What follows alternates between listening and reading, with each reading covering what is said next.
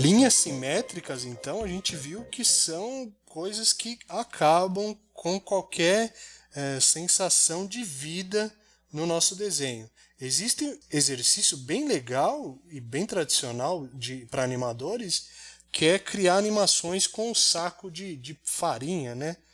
Com um saco de arroz, acho que de farinha no Brasil também funciona. Tá? Se a gente criar um saco de farinha totalmente simétrico, ele está morto, sem vida alguma. Mas a partir do momento que a gente começa a colocar um pouco de assimetria, né, não simetria nas formas, a gente começa a dar um pouco de vida para ele. Então, aqui ele já parece que está se movimentando para lá. Está escutando alguém conversar alguma coisa, ele está ouvindo. Vamos pensar num outro movimento, gente. Para baixo. Vendo como a simetria já ajuda a criar a sensação de movimento. Claro que tem todo o lance da linha de ação, etc. Tá? Mesmo se a gente quiser fazer ele parado, mas de uma forma mais dinâmica, vamos puxar talvez um pouco um lado, colocar um pouco de tilt nos ângulos dele, né? Não deixar os ângulos deles todos em 90 graus, no mesmo plano, com um pouco mais de atitude do que esse aqui que está chapado. Tá?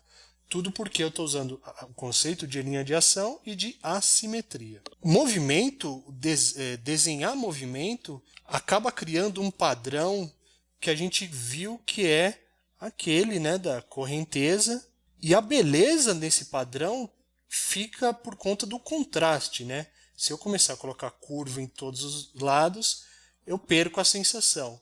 Mas o que dá a beleza é o contraste de ter retas e curvas. Eu tenho aquele movimento que leva para as ápices das curvas, mas a beleza está em misturar um pouco das retas e curvas.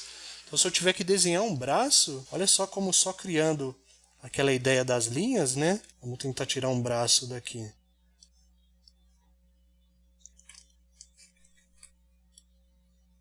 Olha como eu consigo fazer um braço parecer com uma anatomia bem dinâmica, com um desenho bem rápido, né? Só usando essa ideia de retas e curvas.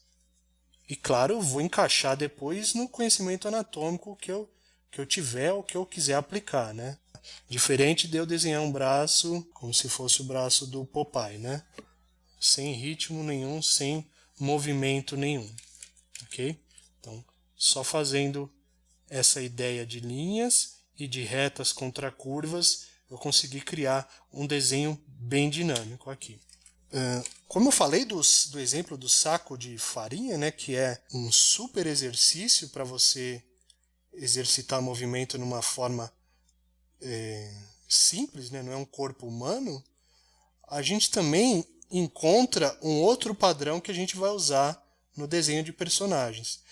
A gente já começa a colocar um pouco mais de volume nas formas, né? Pensar as linhas não só como representação de movimento ou de direção, mas também como volume.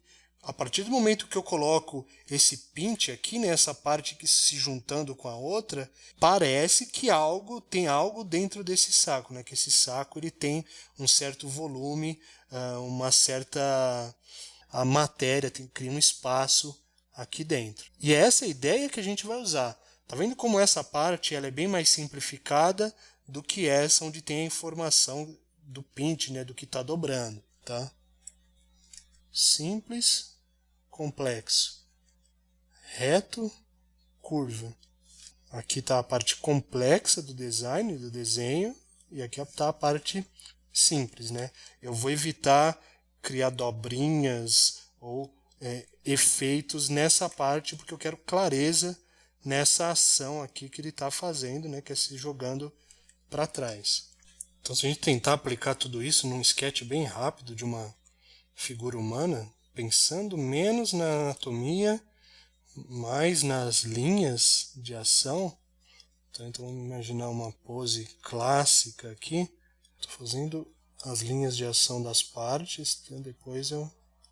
Então aqui está o rascunho das linhas de ação. Agora eu tento colocar todas aquelas ideias, as curvas, né, que buscam as ápices. Então essa pode ser a curva do pescoço, pode vir de encontro com essa curva aqui da caixa torácica e essa aqui com a curva da pelvis. A parte complexa vai ser essa aqui de dentro, né, porque aqui ele vai estar esticado. A assimetria vai se dar porque o tronco dele está fazendo esse tilt, essa inclinação. As linhas retas e curvas, o contraste dela a gente pode usar aqui no deltoide, curva, bíceps reta, antebraço curvo, punho reto, e aqui a gente inverte, né? A parte do antebraço geralmente é realmente mais reta, aqui uma curva para o bíceps inteiro. Pescoço, a parte simples vai ser a parte de fora, a parte complexa vai ser a parte de dentro, né, que vai ter uma curva mais acentuada, vai parecer que ela é menor, reta, curva, a outra mão vai estar escondida aqui atrás. E aí ajustando as proporções, mas mantendo a ideia, né, do reto versus simples, né, versus complexo, da curva versus a reta, a curva aqui, a reta aqui.